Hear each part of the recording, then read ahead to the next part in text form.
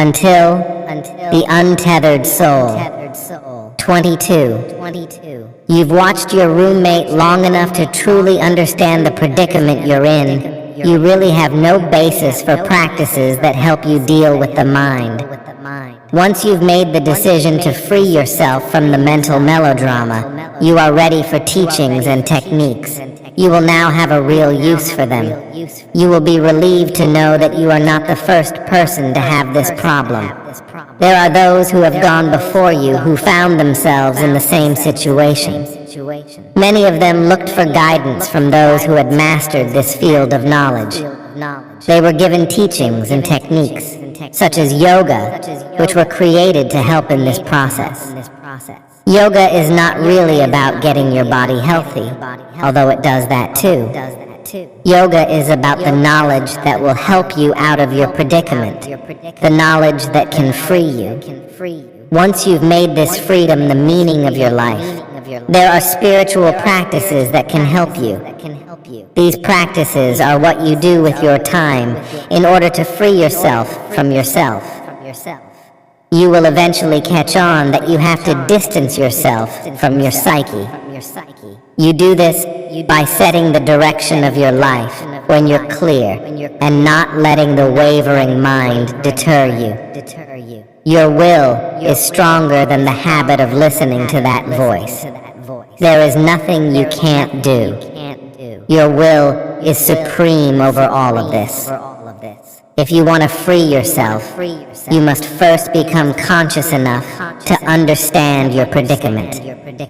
Then you must commit yourself to the inner work of freedom. You do this as though your life depended on it, because it does. As it is right now, your life is not your own. It belongs to your inner roommate, the psyche. You have to take it back. Stand firm in the seat of the witness and release the hold that the habitual mind has on you. This is your life. Reclaim it.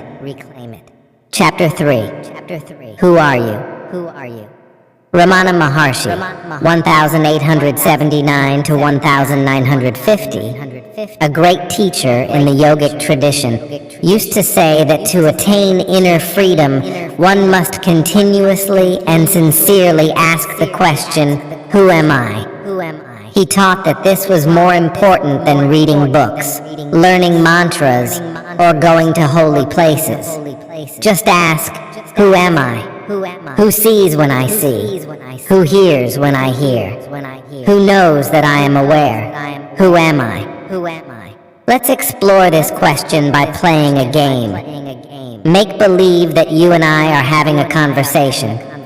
Typically, in Western cultures, when someone comes up to you and asks, "Excuse me, who are you?"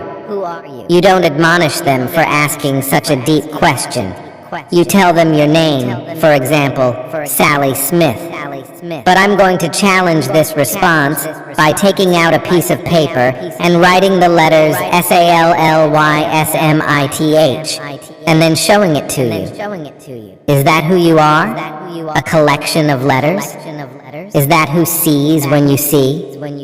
Obviously not. So you say, okay, you're right.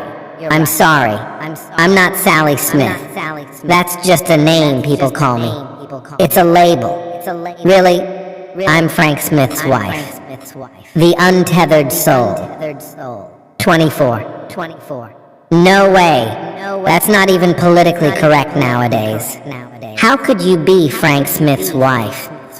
Are you saying you didn't exist before you met Frank? And you would cease to exist if he died, or you got remarried? Frank Smith's wife can't be who you are. Again, that's just another label, the result of another situation or event you participated in. But then, who are you? This time you respond, okay, now you have my attention. My label is Sally Smith. I was born in 1965 in New York. I lived in Queens with my parents, Harry and Mary Jones, until I was 5 years old. Then we moved to New Jersey, and I went to Newark Elementary School.